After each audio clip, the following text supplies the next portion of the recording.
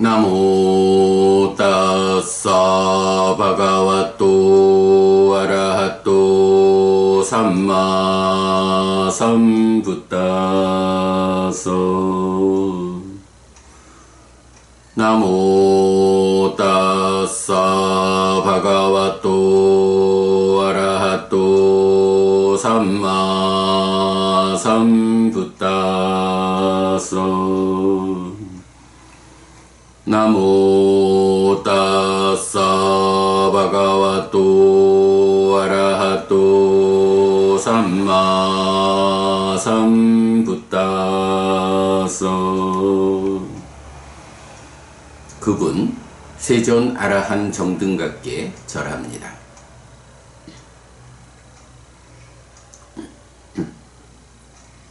자, 모두 6개 장으로 구성되었고 요번에 보충해서 75개의 경을 담고 있는데요.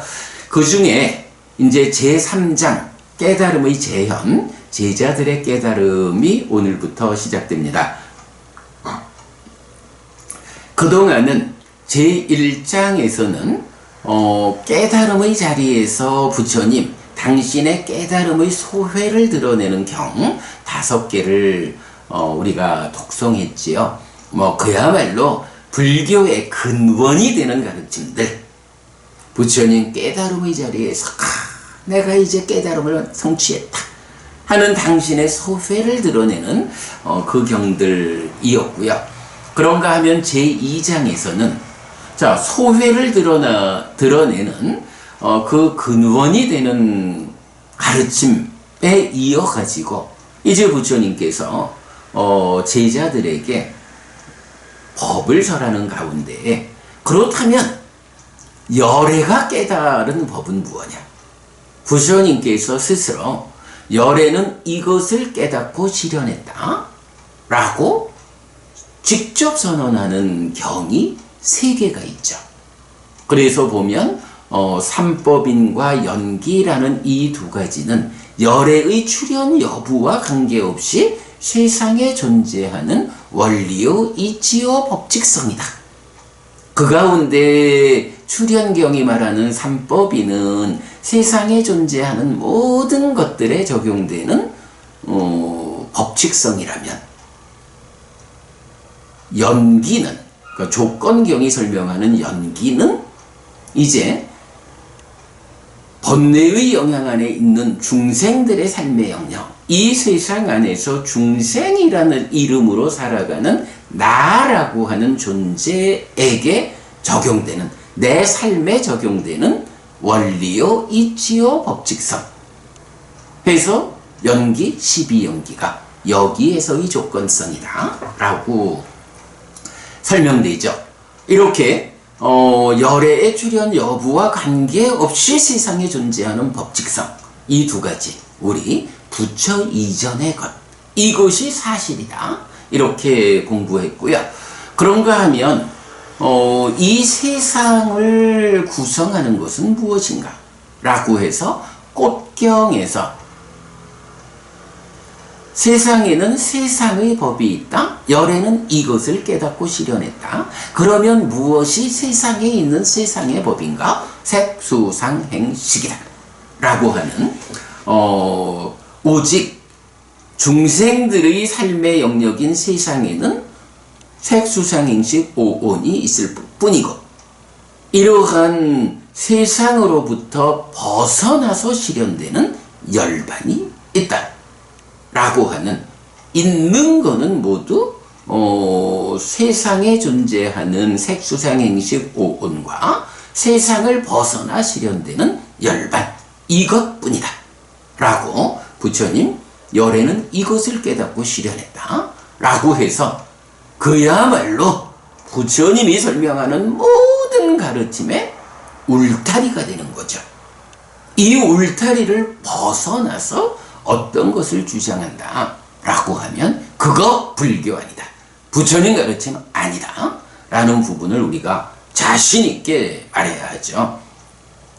자, 이렇게 제1장 제2장에 이어서 이제 제3장은 그렇다면 이런 부처님의 깨달음이 만약에 뭐 2600년 전에 저 인도 땅에 부처님이란 분이 있었어.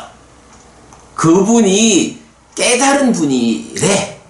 그런데 2600년 전에 인도 땅에서 깨달은 분으로 살다가 가셨대.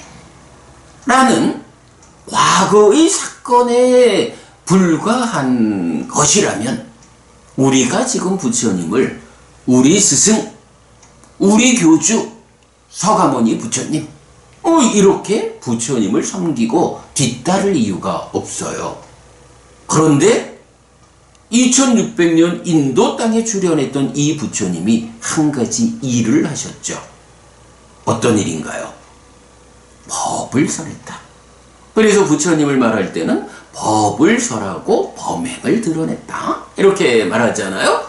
그래가지고 이제 이 깨달음이, 삶의 완성이 부처님이라는 그분 개인의 문제가 아니라 법이 설해지고 범행을 드러내줌으로써 이제 그 법을 뒤따라 실천하는 제자들이 생겨나죠. 그리고 그 제자들의 깨달음, 제자들이 깨달아서 삶을 완성했다, 아라한되었다, 윤회에서 벗어났다 라고 하는 이런 깨달음을 성취함으로써 부처님의 깨달음이 제자들에게 재현되었다. 사실은 불교를 결정짓는 결정적 한마디는 바로 이거예요. 깨달음의 재현. 깨달음이 부처님 한 사람의 깨달음으로 2600년 전에 세상에 있었던 한 사건이었다. 일 것 같으면 부처님이 무슨 의미가 있어 나한테. 그러나 제자들에게 법을 설하고 범행을 드러냄에 의해서 그 법을 배우고 범행을 실천하는 제자들이 부처님처럼 깨달았다, 삶을 완성했다, 불사, 윤회에서 벗어났다, 열반을 실현했다 라고 하는 이러한 부처님과 같은 경지를 실현했다. 이것이 부처님 혼자만의 깨달음이 아니라 부처님의 방법을 그대로 뒤따라 실천한다면 세상 누구에게도 적용되는 깨달음이다. 바로 이 깨달음의 재현이라는 이 사건에 의해 가지고 이제 2600년의 세월이 지나왔음에도 불구하고 바로 부처님의 깨달음, 부처님의 그 깨달음의 방법, 깨달은 삶이 지금 나에게까지 전달되었다. 내가 부처님의 깨달음을 지금 니까야라고 하는 이 부처님 살아서 직접 설한 가르침, 이 경에 의해서 부처님과 직접 만나는 현장의 삶을 지금 살 수 있다 라는 것. 그래서 부처님의 깨달음이 그분만의 일이 아니라 나에게도 적용되는, 나도 설하신 그대로를 배워 알고 실천하는 이런 삶을 살아내면 부처님의 그 깨달음은 나에게도 실현되는 그러한 깨달음이다. 네, 바로 이런 깨달음의 재현에 의한 나의 삶에 전달되는 이 의미 때문에 제3장에서는 깨달음의 재현, 제자들의 깨달음이라는 주제로 뭐니 해도 부처님이 제자들을 깨달음으로 이끌기 위해서 법을 설했다. 그 설하신 법 중에 어떤 법들이 이제 바로 이런 제자들을 깨달음으로 이끈다. 세상의 많은 사람들을 깨달음으로 이끈다. 그들의 삶을 향상으로 이끈다. 말하자면 세상을 구제하는 것이고 중생을 구원하는 이런 가르침의 출발에 있는가? 라고 할 때 이제 우리가 경 5개를 발췌를 했죠. 그래서 부처님이 최초로 녹야원에서 그 함께하는 5비구에게 설하신 법, 전법륜경. 56번 상류다의 11번째 경이죠. 담마짜까빠왔다나 숙당 전법륜경. 보통은 사람들이 초전법륜경 이렇게 말을 하지만 사실은 경의 제목은 담마짜까. 그러니까 담마짜까라고 하면 법의 짜까, 바퀴 이래 되거든요. 법의 바퀴니까 법륜 이래 되고요. 빠왔다나 굴림 이런 얘기예요. 법의 바퀴를 굴림. 담마짜까 빠왔다나 숙당 하면 이 초라고 하는 처음이라고 하는 말은 경지목에 없어요. 그래서 초전법륜경 이래 하지 마시고 그냥 전법륜경. 부처님께서 드디어 법의 바퀴를 굴린 이 역사적 사건을 알려주는 경이다. 이렇게 보시면 되고요. 오늘 우리가 전법륜경 독송했고요. 그 다음에 이제 이어가지고 내일 독송할 경은 무아상경 22번 상류다의 59번 경이죠. 자, 기본적으로 보면 부처님께서 녹야원에서 이제 함께하는 5비구에게 처음 법을 설해가지고 이 5비구를 어떻게 해요? 제자들의 깨달음의 최초 사건이 되는 거죠. 그래서 정말로 세상에 부처님의 깨달음이 제자들에 의해서 재현되는 이 깨달음의 재현을 실현한 것이 함께하는 5비구를 아라한으로 이끈 거잖아요. 그럴 때 바로 그 녹야원에서 아라한으로 이끄는 과정이 두 단계로 두 단계의 법을 설하고 수행을 이끄는 이제 요런 과정으로 나타나는데 그 중에 첫 번째가 오늘 독송한 전법륜경, 법륜을 굴려다 라고 하는 이 경에서 첫 단계로 뭐니 해도 부처님께서 깨달은 이 경지를 실현하기 위해서는 먼저 필요한 것이 부처님이야말로 스승이다. 부처님이야말로 깨달은 분이다. 이 부처님을 내가 뒤따르면 부처님의 가르침을 배워 알고 실천하면 나도 부처님처럼 삶의 문제를 해결하고 깨달아서 윤회에서 벗어날 수 있다. 불사를 실현할 수 있다. 열반이 실현될 것이다. 오직 이분이다. 이분 부처님이야말로 나를 그러한 완성으로 이끄는 스승이다. 라는 믿음이 먼저 필요한 거예요. 그래서 부처님께서는 내가 이러이러한 깨달음을 성취했어. 내가 깨달은 법은 이런 법이야.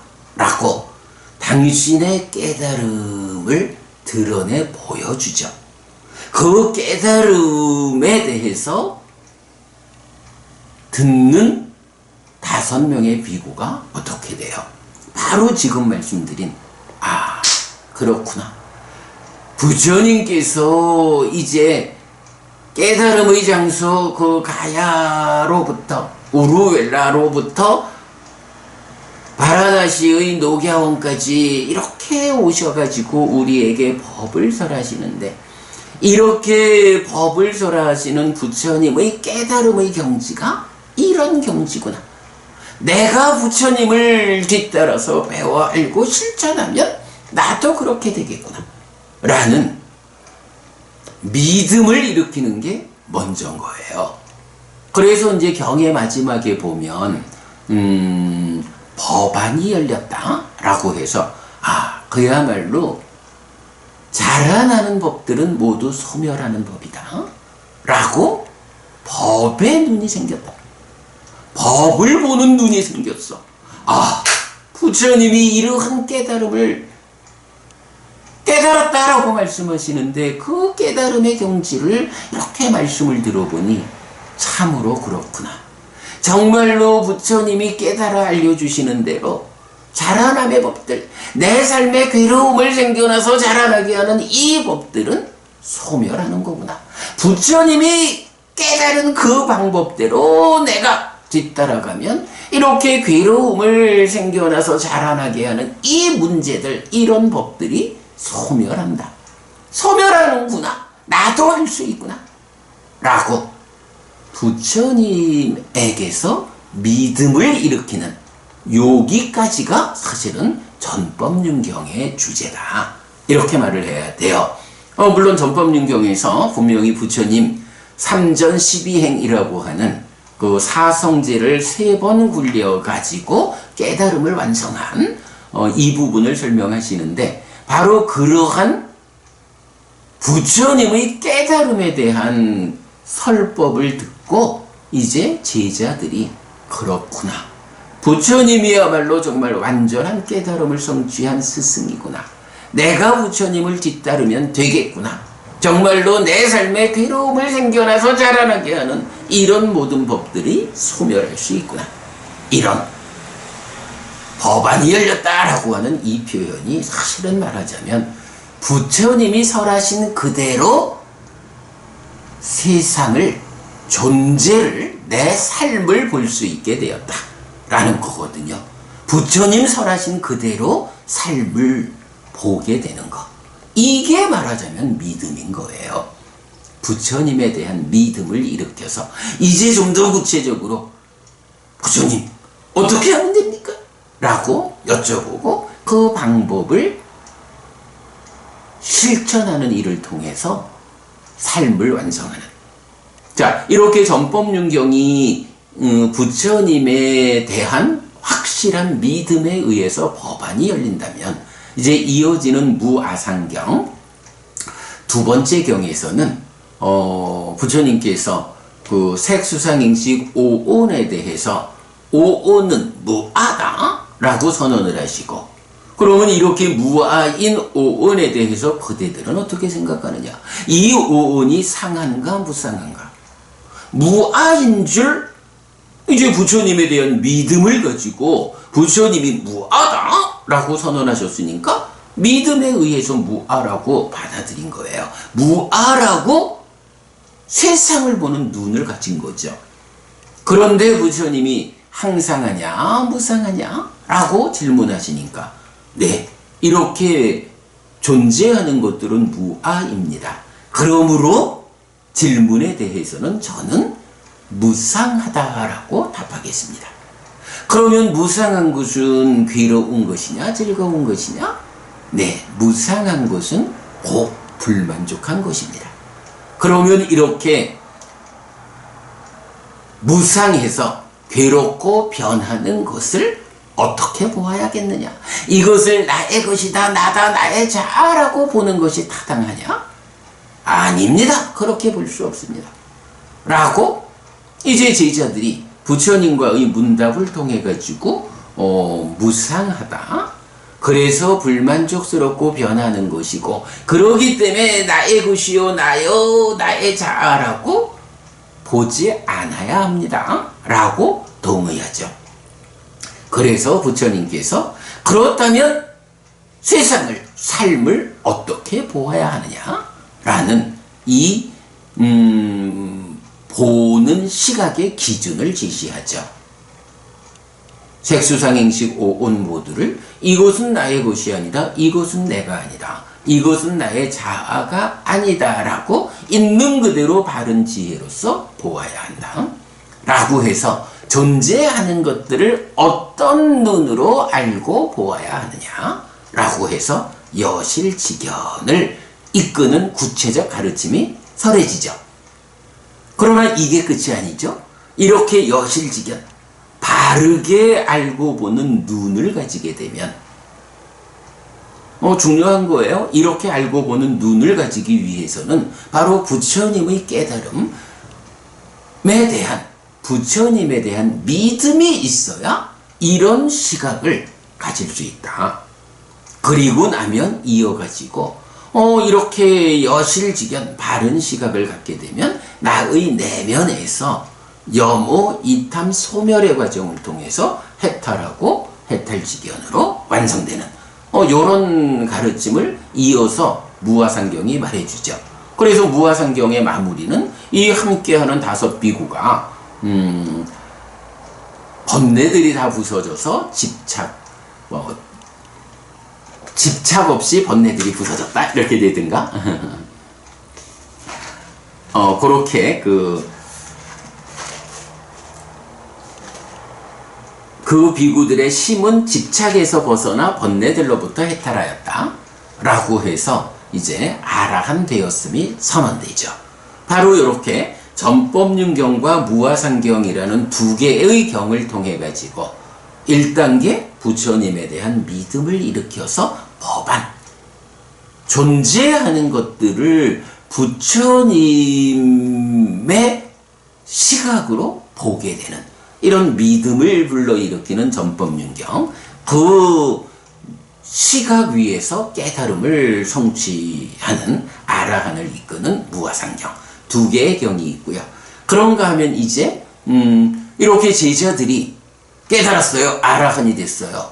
그러면 부처님이라는 아라한하고 이 함께하는 5 비구라는 5명의 아라한 해서 모두 6명의 아라한이 세상에 생겨났죠. 세상으로부터 벗어난 해탈된 삶을 실현한 6명의 아라한이 생겼을 때 부처님께서 이제 마라의 덕경이라는 2개의 경을 통해서 이제 내가 이렇게 깨달았으니 그대들도 이렇게 깨달아라 하고는 그 깨달아서 아라한이 된 5명의 제자인 아라한들에게 자, 이제부터 세상을 구제하기 위해서 중생들의 구원을 위해서 우리가 출발하자. 이제 우리가 우리 삶에서 실현한 이 해탈된 삶, 윤회에서 벗어났다 불사가 실현되었다 열반을 실현한 이러한 삶을 세상의 많은 사람들에게 세상을 구제하고 중생을 구원하기 위해서 우리가 출발하자. 이게 그 유명한 전법선언이죠. 전법선언 또는 전도선언 이렇게 말하죠. 그 전도선언을 담고 있는 경 해서 마라의 덕경 1번, 2번 이제 5명의 함께하는 비구를 그 5명의 비구에게 깨달음을 재현시킨 이후에 이제 세상에 보편적인 삶들을 깨달음으로 이끄는 중생 구원을 위해서 출발하는 역사적 사건이 마라의 덕경 2번에서 선언되죠. 전도선언 또는 전법선언. 그래가지고 이제 6명이 뿔뿔이 흩어지고 부처님도 당신 깨달음의 자리 우루웰라 내란자라 강변으로 다시 돌아오죠. 그리고 이 우루웰라의 내란자라 강변 가야라는 곳에서 까사빠 삼형제를 스승으로 하는 1000명의 수행자들을 부처님께서 일거에 제자를 만들죠.